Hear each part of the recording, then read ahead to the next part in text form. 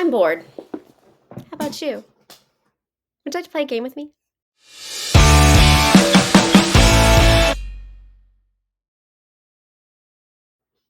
Hi. If it's been a while or you're new here, my name is Kelly.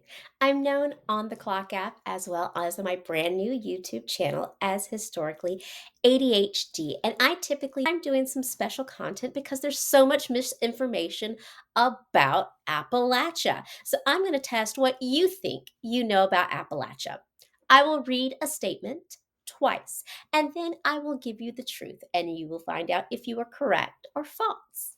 All right, let's get into it. Statement number one: don't go outside out in the mountains at night. The skinwalkers or something spooky and mythical will get you. We don't go outside at night in Appalachia because something like skinwalkers or mythical scary things still live out there and can get you. Oh, TikTok, TikTok, TikTok, TikTok. Why do I always have to look to you for this particular statement? While skinwalkers and other mythological creatures are very prevalent in Native American folklore as well as a lot of European folklore, there is absolutely no scientific evidence uh, that there's anything like that actually out there. I mean, why would there need to be? The mountain herself could kill you if she so decides. Yes, that's right. You're more likely to fall off the edge of a cliff or into a ravine or a forgotten mine or a forgotten well. That's why we tell you not to get off the path. Plus, did you know the Spaniards brought over this crazy thing of an invasive species of pigs that turned into wild boars that now roam in Appalachia? Thanks for that one, Spain. They can get to the size of like the old 1960s VW bugs, okay? When I was growing up and what I was taught about the mountains is that was the one thing you never wanted to come across. A bear, you could probably, if you know what to do to get rid of it and live through and survive, but the chances of you surviving a wild boar attack are significantly less. Okay? The mountain does not need supernatural powers to kill you. Statement number two: women are treated as second class citizens and are forced to eat after men. The women of Appalachia are treated as second class citizens, worse than the average American woman. They're forced to eat after the men. So, this explanation should come with a massive asterisk on it, right? I was not born and raised in Appalachia. My dad's family is from Cotton County, Tennessee, which Newport, Tennessee, and if you know anything about Tennessee geography, that's real Appalachia. That's most definitely Tennessee Appalachia. But anyway, my family left there because, there wasn't a lot of economic options in Newport. My family ended up in Raleigh, North Carolina, which is where I was born and raised. And I was raised primarily by my father's family.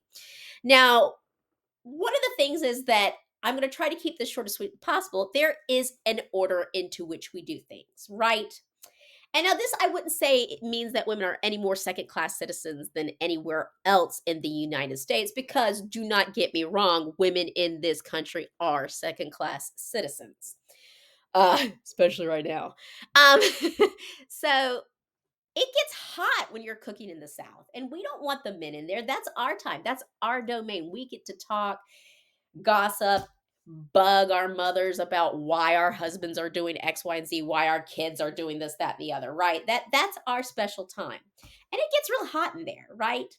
And so the only real tradition is making sure all children go first. Something that was ingrained to me by my family is that children must get everything they need. Essential. It's essential to them, right? And that is not just for our children, that's for everybody's children. Every child deserves to have all their needs met so that we can grow and become successful humans, right? Period.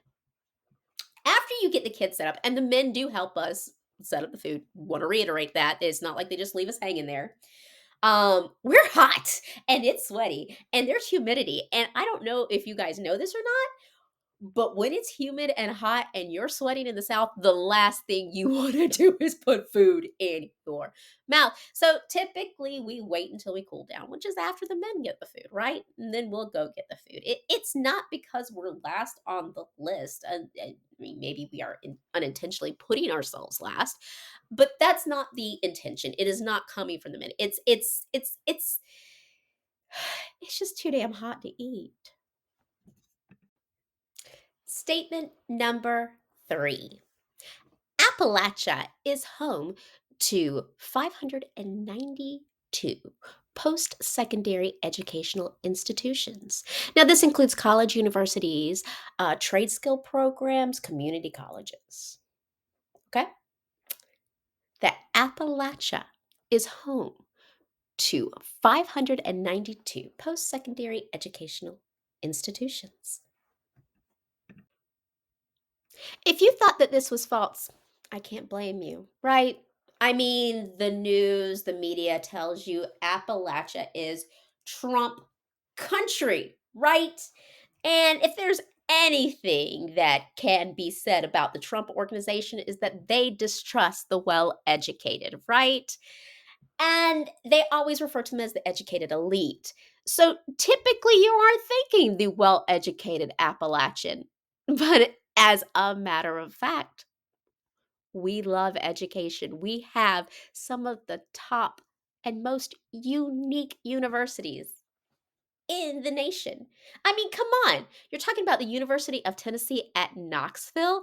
Yes, they do have an amazing football team that is literally apparently destroying everybody this season. But at any rate, but their anthropology department, oh my god, talk about groundbreaking research in the body farm. I mean, looking at it for forensics or bioarchaeology, so much research and information has been gleaned from there. And then you have colleges and universities like Berea, and I hope I'm saying that right. It's located in Kentucky.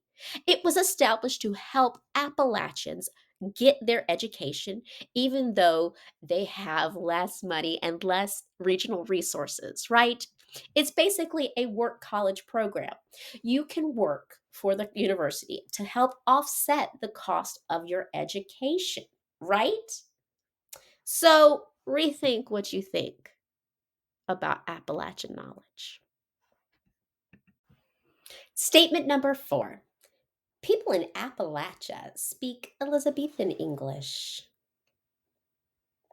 People in Appalachia actually are so isolated and so closed off that they speak closer to an Elizabethan English that was spoken during the time of the colonies.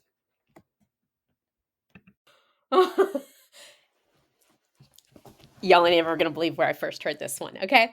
I heard this one my second semester in college. Now, granted, this university was not exactly known for its educational rigor. I was going for being a theater performance major, and this was literally the title of an article in our English class that we had to read about arguments. And how is this a thing, y'all? I mean, come on. I mean, while there is some cultural elements and some language elements, it actually has to do more with the fact that at least in our particular region, which is going to be Eastern Tennessee, Western North Carolina, there is a lot of cultural sort of like continuation from Scotland, as well as some influence from the Irish that came later. And one thing that I heard in Appalachia a lot is something I actually heard a whole lot when I was in Ireland, and that was thank ye. Thank ye.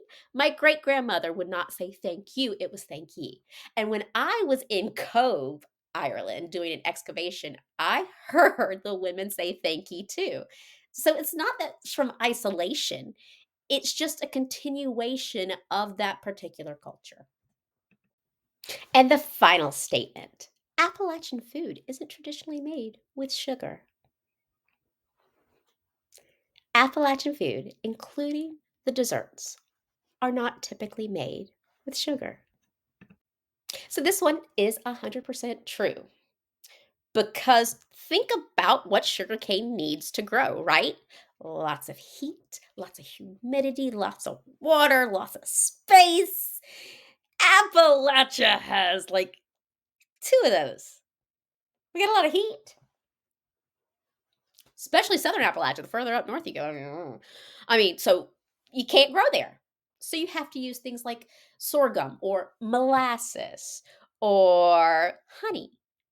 My grandmother tells a great story of her mother saving apples at the end of fall when they were just getting ready to go bad and cooking them with honey and then taking like little bits of flour because flour wasn't something they had a lot of up in the mountains, right?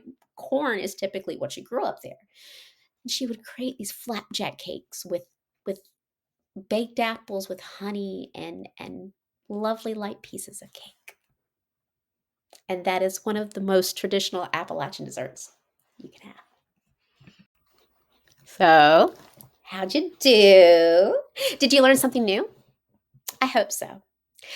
I hope I inspire you to go out and actually get to know your fellow Americans, not just trust what you see on TV or what they say in the news. Because America is vast and diverse, and stereotypes only show a small glimmer, a small seed of truth to a particular culture. My name is Kelly. I'm historically ADHD, and I hope you'll join me again and learn a little bit more about Appalachia.